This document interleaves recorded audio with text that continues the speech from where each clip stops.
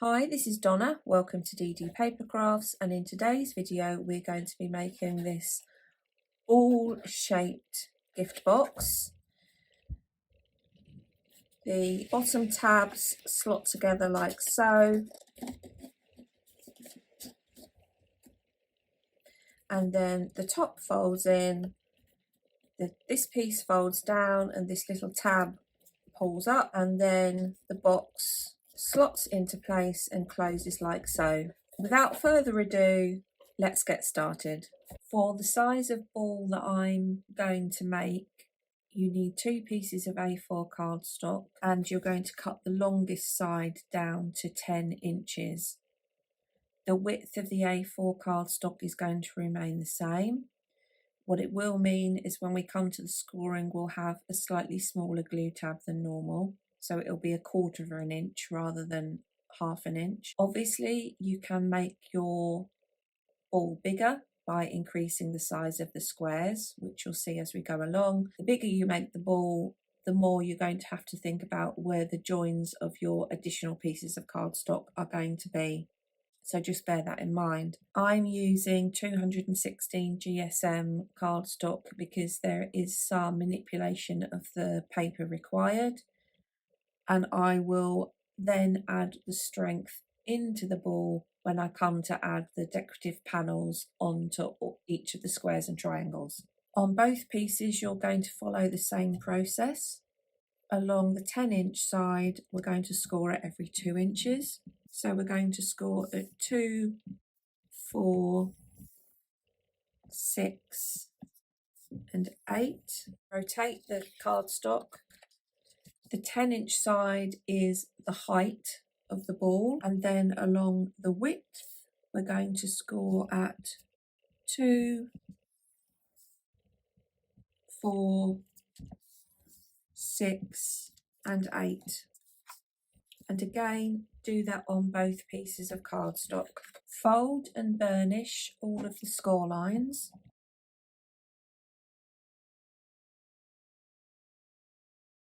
On both pieces, we're now going to create the top and the bottom flaps, which are going to either be at the top where you open the ball, or they're going to be all adhered at the bottom. Take your first piece of cardstock with the 1/4 inch tab on the right hand side and cut away along the first row, the second and the fourth square and the corresponding glue tab, and on the bottom row, the second, the fourth and the corresponding glue tab, and do that on both pieces of cardstock. And just bear in mind that the squares which are left behind you are going to see, so just try to make the cuts as clean as possible.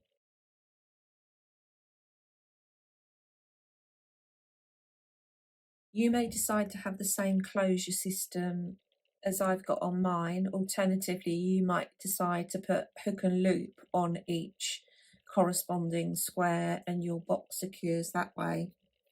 I'm going to add my closure system in now whilst the pieces are flat, because I think that is going to be easiest. If I try it this way and I don't think it's going to be easiest, I will let you know, and then you can follow the process but do it later in the process. My plan is that the bottom 2 flaps will interlock. So if I show you on this scrap, one side will have a slot in it like so, the other side will have a slot in the opposite side, and they will hook into each other like this. So that's how the bottom 2 flaps will sit. And for the top 2, my plan is one will have a cut slot in it and the other's going to have a cut circle in it, and the circle is just going to fit through the slot.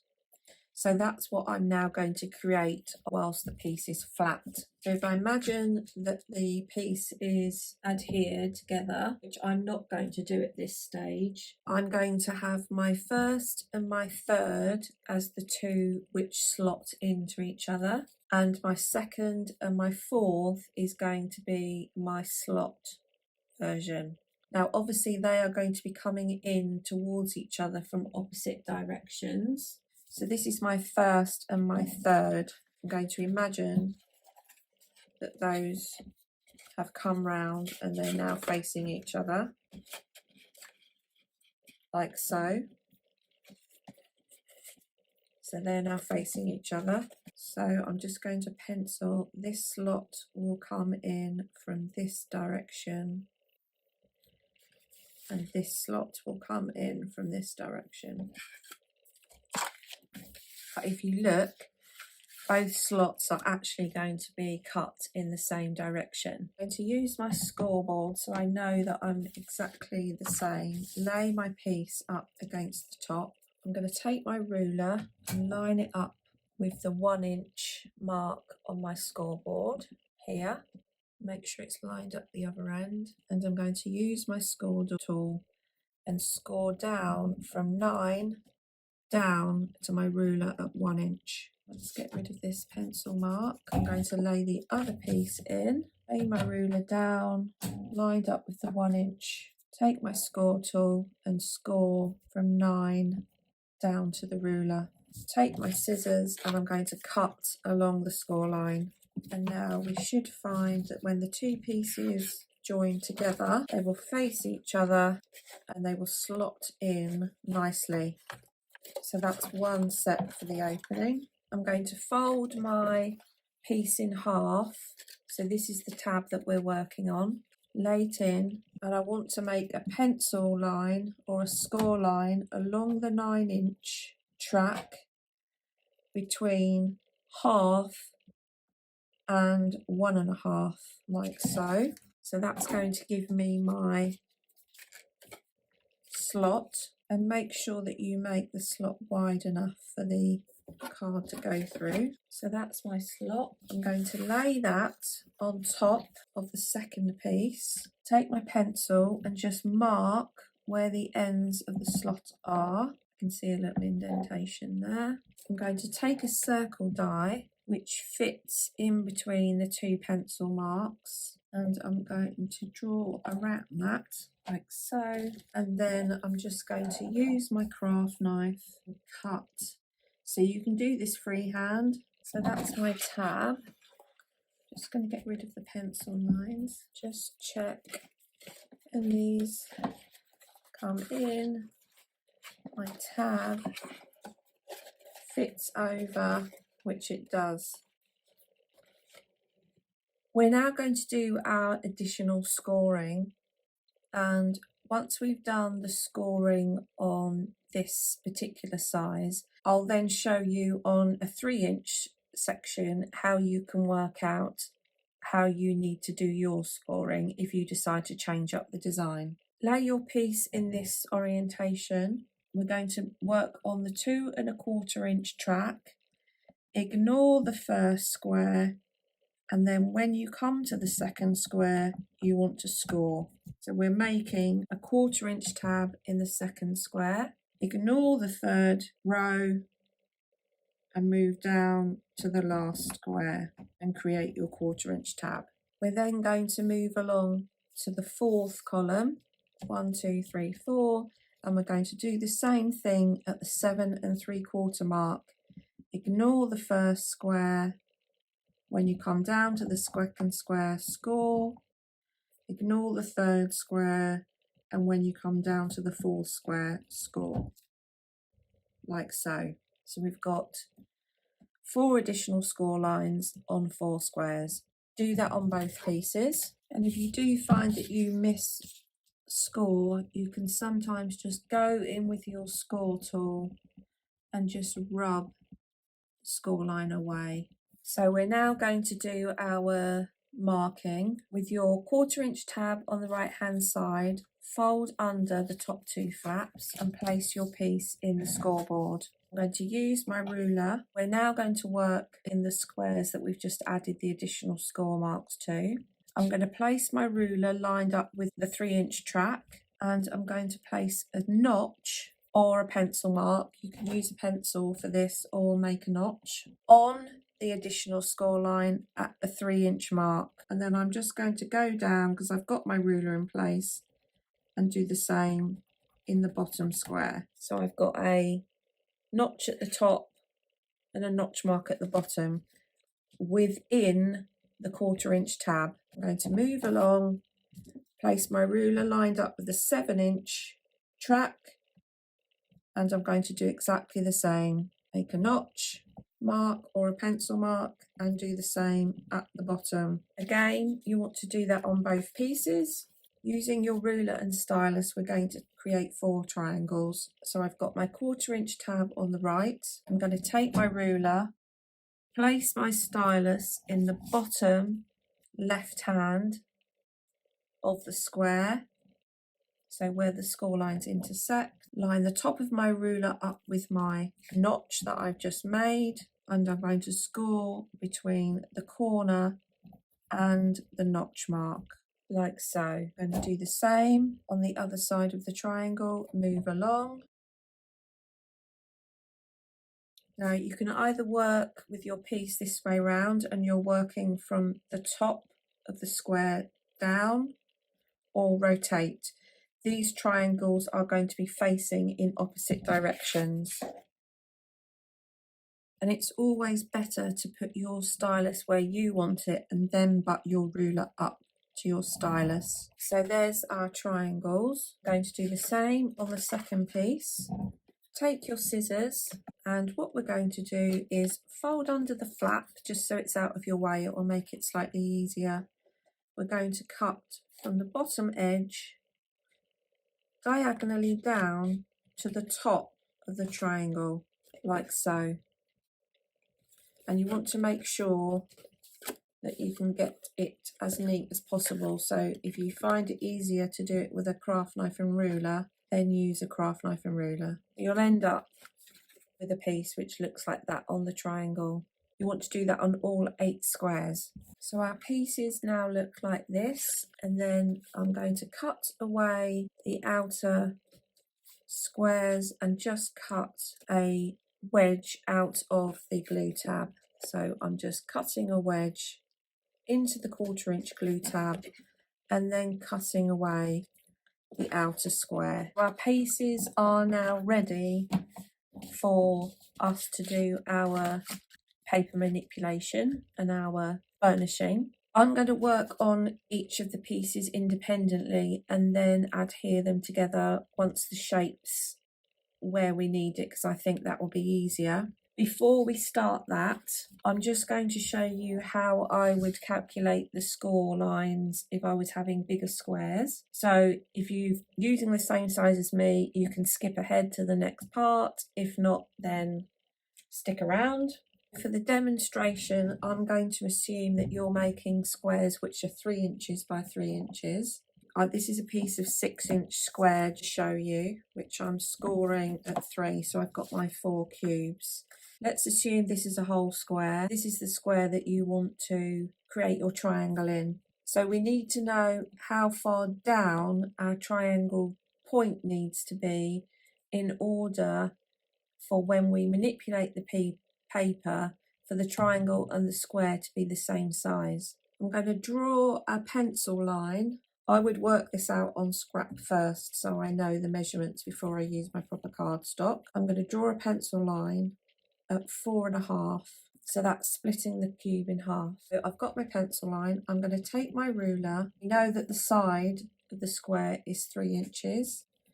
I'm going to lay my 3-inch mark on my ruler on the outer edge of my square, and I'm going to rotate my ruler until the top of my ruler is in line with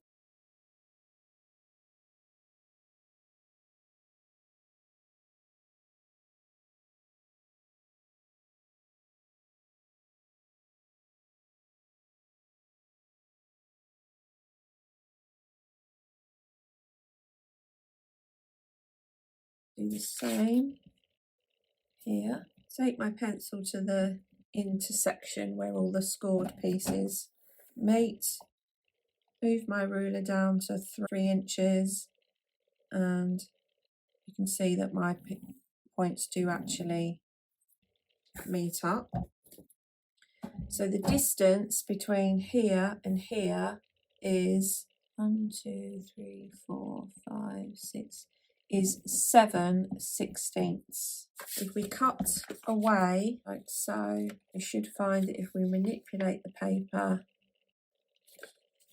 the top of the triangle and the top of the square meet, which they do. So that is how I would calculate the triangle sizes and the cutting of the pieces away at the top if I was making anything other than the 2-inch square that I'm making at the moment. I hope that makes sense. Let's come back to our pieces, and what we're going to do is you want to gently mountain fold the diagonals of the triangle like so. You want to try and get a nice crisp point where the sections all intersect. So I'm going to work on one triangle at a time, and you want to try and get a nice crisp point at the top of the triangle. And then what's going to happen is this edge of the triangle is going to come over to meet the edge of the square. So we're just going to manipulate that. Once I've got them two meeting, I'm pressing from behind and creasing the paper or the cardstock with my fingers. So you can see that meets up like so. Now what I'm going to do is I'm going to just burnish away on the top edge the score lines so that you won't see those. It doesn't matter, it's an aesthetic thing, personal preference. So you want to do that all the way around, and what I'm going to do is once I know that that triangle's in the right place, I'm going to flip the piece over, and then from the back I'm going to burnish that down. So you want to do that on all of the triangle sections. So I'm going to just pull that apart again, move to the next one. If you need to, tuck the flaps out of the way behind, pull the two pieces towards each other, and you might find it easier to move the square towards the triangle or the triangle towards the square. Try and get a nice crisp crease at the point here. I'm going to move those towards each other, working my way along until they meet, like so. I'm going to go in from behind. You'll find your own way of doing this. Move that out of the way, and then I'm going to fold that under,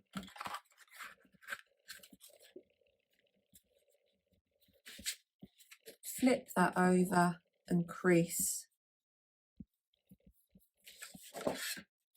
So there we have the first part of our ball coming together. So you want to do that on all 8 squares. Once you've put all your score lines in, we're now going to add the two pieces together, but what I'm going to do is along the 1/4 inch glue tab, I'm going to cut up the score lines within the 1/4 inch glue tab to make each of these independent glue tabs, if that makes sense. So I've got 3 glue tabs, because at this stage, I think with the way I'm going to manipulate the cardstock, that might make life easier. So I'm going to do the same on this one. I'm going to re-add my glue and line up my score lines. I'm going to add glue to this glue tab. I'm then going to join up the two ends, flip that panel over, flip that over and join up, so we've now got a complete piece. So we now want to work on the triangles which are next to the glue tabs. Follow exactly the same process. Obviously it is slightly more tricky because you've got an extra layer of card. This is the bottom of the box. I'm going to run some glue and I'm going to glue the pieces together. So I'm actually now going to glue the triangle into place because this is going to form the base of our box. So just work your way around slowly and make sure that each panel is glued down. And I'm just doing this so that when we glue down the flaps for the bottom of the box, the bottom retains its shape. Once your pieces are all glued, you want to fold in your bottom panels and glue those down. So decide I need to cut away some of the score line there. So I'm going to use my construction glue. That's the base. I'm just going to go down on the inside, burnish that down. So you can see this is the inside of the box. So this box is 5 inches in diameter. And then these two fold down and slot together like so. And then this one comes over, just push your triangles in. So this one folds down and then the tab will fit over the top like so. Now I'm going to decorate each of the sections and that will strengthen everything up. So I'll come back and show you the decorated project in a moment. Here's the finished decorated ball.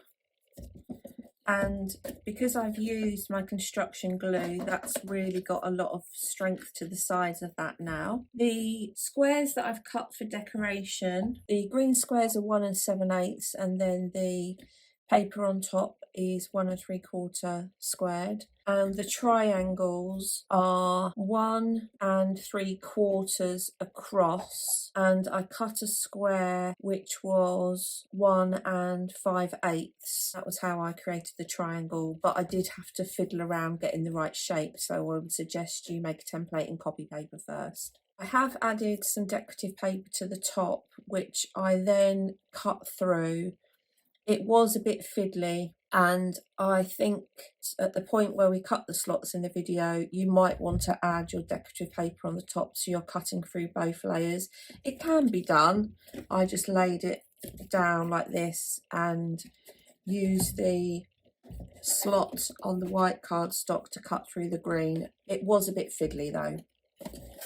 And as a consequence of having the additional layer of paper on the top here, I did have to make the slot larger, but it all goes together nicely. This piece can just fold up like so and it does fit in quite easily and it does stay closed. So there we have today's project. I hope you've enjoyed today's video.